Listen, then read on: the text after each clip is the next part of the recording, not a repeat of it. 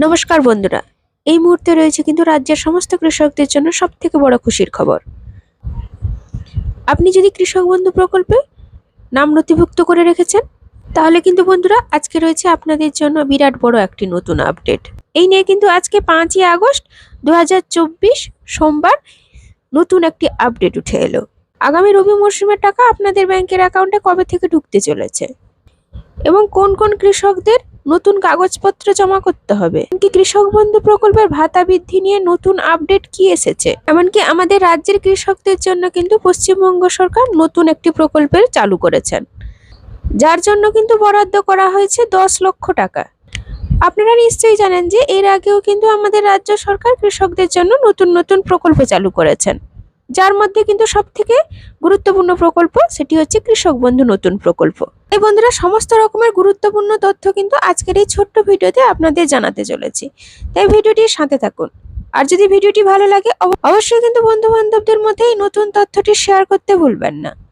তো চলুন বন্ধুরা, সরাসরি ভিডিওতে যাওয়া যাক।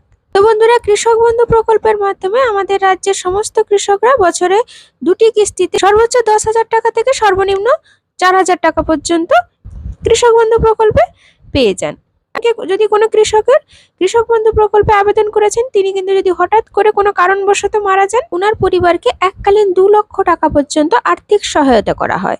এমনকি এই কৃষক বন্ধু প্রকল্পের মাধ্যমে কৃষকদের কিন্তু কৃষক ভাতারও ব্যবস্থা রয়েছে। তাই বন্ধুরা, কৃষক বন্ধু প্রকল্পে আপনারা 3টি ভাবেই কিন্তু আপনারা উপকৃত হন, অর্থাৎ 3 ভাবে আপনারা কৃষক বন্ধু প্রকল্প থেকে টাকা পেয়ে যান।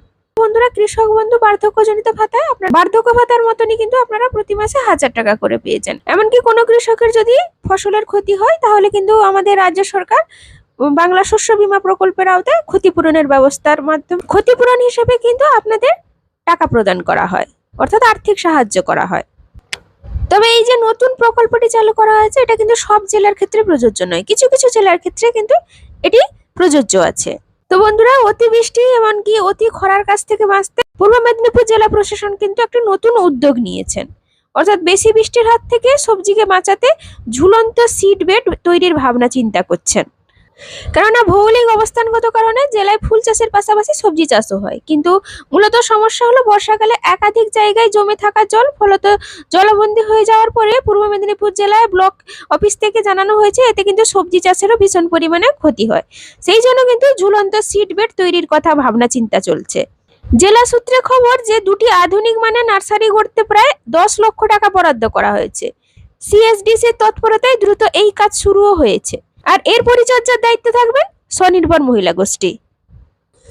তো ভৌগোলিক অবস্থানগত দিক থেকে পূর্ব মেদিনীপুর জেলার অধিকাংশটাই কিন্তু নিচু এলাকা, এর মধ্যে এগরা, উড়িষ্যার বর্ডার সহ পাঁশকুড়ার কিছু অংশ বাদ দিয়ে বেশিরভাগটাই কিন্তু এঁটেল মাটি হওয়ার খুব সাধারণভাবেই মাটিতে জল ধারণ ক্ষমতা বেশি, ফলে কিন্তু বর্ষাকালে চাষবাসের বিস্তর ক্ষতি হয়, শীতকালেও কিন্তু প্রভাব পড়ে সবজি চাষের ক্ষেত্রে, তাই কিন্তু এই ব্যবস্থা গ্রহণ করা হয়েছে। তো বন্ধুরা, কৃষক বন্ধু প্রকল্পে খরিফ মরশুমে টাকা দেওয়ার মরশুম হচ্ছে এপ্রিল মাস থেকে সেপ্টেম্বর মাসের মধ্যে, এবং দ্বিতীয় কিস্তি অর্থাৎ রবি মরশুমে টাকা দেওয়ার সময়সীমা হচ্ছে অক্টোবর মাস থেকে শুরু করে পরের বছরে মার্চ মাসের মধ্যে। তো ইতিমধ্যে কিন্তু আপনারা 13ই জুন আপনাদের ব্যাংকের অ্যাকাউন্টে কৃষক বন্ধু প্রকল্পের প্রথম কিস্তির টাকাটি পেয়ে গেছেন। তবে সরকারি সমীক্ষা অনুযায়ী দেখা গেছে এখনো পর্যন্ত প্রায় কৃষকদের অ্যাকাউন্টে কিন্তু কৃষক বন্ধু প্রকল্পের টাকাটি ক্রেডিট হয়ে গিয়েছে। এখনো পর্যন্ত যদি কোনো কৃষকের স্ট্যাটাসের ঘরে অ্যাকাউন্ট ভ্যালিড দেখাচ্ছে, তাদের বিভিন্ন সার্ভারের সমস্যার জন্য টাকাটি পাননি। এরকম সমস্যা যদি তাদের হয়েছে, তারা অবশ্যই আপনারা টাকা দেওয়ার কাজ আবার নতুন করে শুরু হয়েছে। জানা গেছে এই চলতি আগস্ট মাসের 20 থেকে 25 তারিখের ভেতরে আপনাদের ব্যাংকের অ্যাকাউন্টে কৃষক বন্ধু প্রকল্পের টাকাটি পাঠিয়ে দেওয়া হবে। এমনকি যদি কোনো কৃষকদের অ্যাকাউন্টে কৃষক বন্ধু প্রকল্পের প্রথম কিস্তির টাকাটি ক্রেডিট হয়ে গিয়েছে, এমনকি স্ট্যাটাসের ঘরে আপনাদের আধার কার্ডের যে বক্সটি রয়েছে এখনো পর্যন্ত ফাঁকা দেখাচ্ছে, তাহলে বলবো অবশ্যই আপনারা কৃষক বন্ধু প্রকল্পের পরবর্তী কিস্তির টাকাটি পেতে অবশ্যই ব্লক অফিসে গিয়ে আপনার আধার কার্ডের জেরক্স কপি নিয়ে জমা করুন, নইলে কিন্তু আপনার দ্বিতীয় কিস্তির টাকাটি পেতে খুবই অসুবিধা হবে। তবে বন্ধুরা, কৃষকদের একটা কথা মাথায় রাখতে হবে যে কৃষক বন্ধু প্রকল্পে 2021 সালে রবি শস্য ফসলের টাকা দেওয়া হয়েছিল 8ই ডিসেম্বর, এমনকি 2022 সালে দেওয়া হয়েছিল 21শে ডিসেম্বর, 2023 সালে দেওয়া হয়েছিল 12ই ডিসেম্বর, কিন্তু সরকারি মাধ্যম সূত্রে যে খবরটি জানা গেছে যে রবি মরশুমে টাকা কিন্তু আপনারা ডিসেম্বর মাসে নয়, নভেম্বর মাসে কিন্তু পেতে চলেছেন আপনারা কৃষক বন্ধু প্রকল্পে রবি শস্য ফসলের টাকা।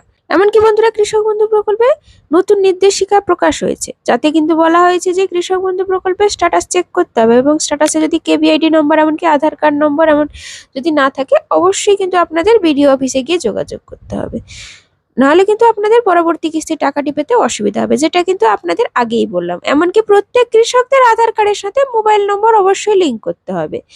এমনকি যদি কারোর আধার কার্ডের বানান ভুল থাকে, জন্ম তারিখ ভুল থাকে, তাও কিন্তু অবশ্যই সংশোধন করিয়ে বিডিও অফিসে গিয়ে জমা করুন।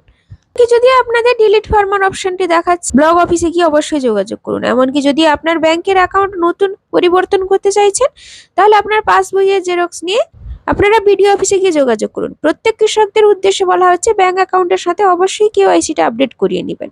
কেওয়াইসি আপডেট না করলে কিছুতেই আপনারা আপনাদের ব্যাংকের অ্যাকাউন্টে টাকাটি পাবেন না।